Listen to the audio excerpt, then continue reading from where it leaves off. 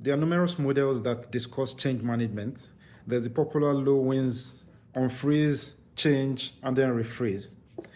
There's the Kotter's 8-step principle that talks about the steps from building a coalition up until we institutionalize change.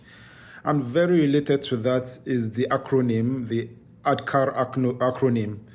Basically, ADKAR stands for awareness, desire, creating knowledge, then ability, and then reinforcement.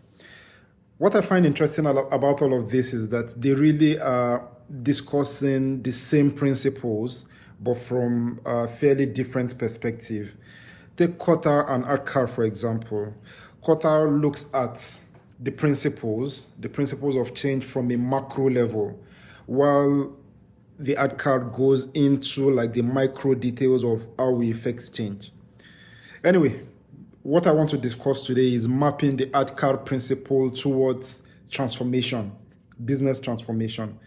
I'm currently leading a transformation program, and so I find it a very interesting topic to cover and discuss. So if we're to look at ADKAR, I'm starting with awareness. What is supposed to happen here? What is happening in the awareness stage? Basically, in the awareness stage, we are trying to develop the why of this change. Why do we have the change, and what is the value we'll get with this change?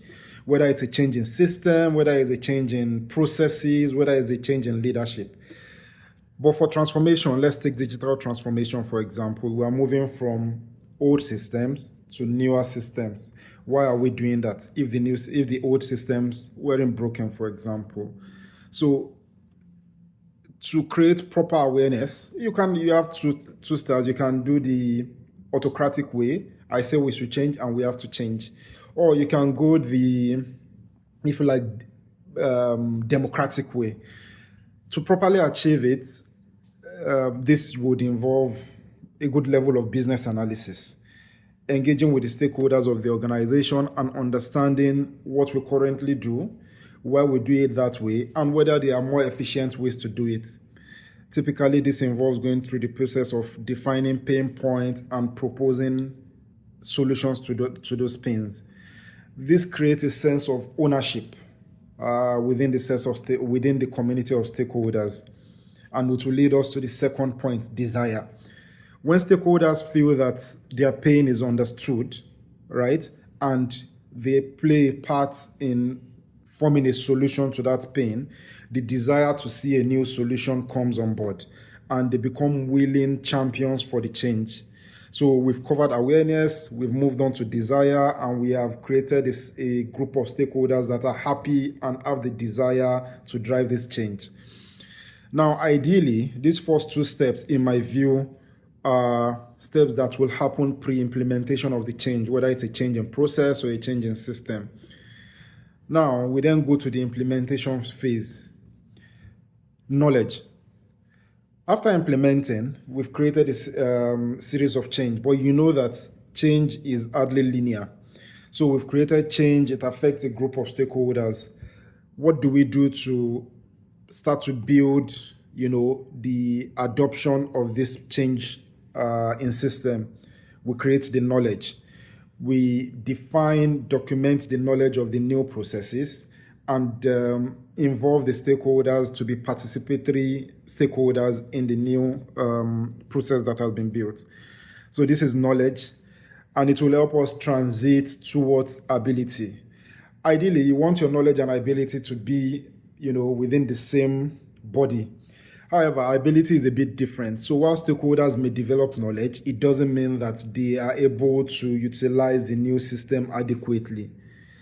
And one other challenge you have is that if you develop a new system and you move it straight up into production and user impacting scenarios, you will have resistance from the body of stakeholders. Why? Stakeholders or users are scared. They are worried of,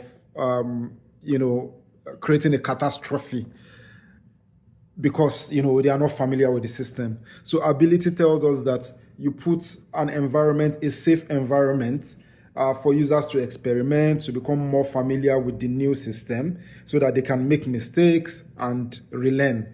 So this helps develop ability. So typically in IT or typically in software development, you have environments that are called sandbox.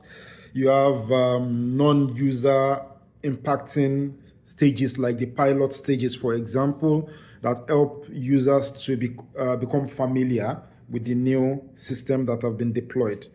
So this helps develop what? Ability. Now we've gone through four steps. We've had the awareness, we've developed desire, we've created knowledge, and we've helped users become, capable of using the system. Is our change complete? No. Now we need to reinforce it. Users typically, or humans typically, when they face challenges with learning new skills, they fall back to old familiar environments. We want to discourage this as much as possible, and so we have reinforcement. What do we do in reinforcement? The ADKAR model basically advises that we find a way to encourage usage even during difficult times.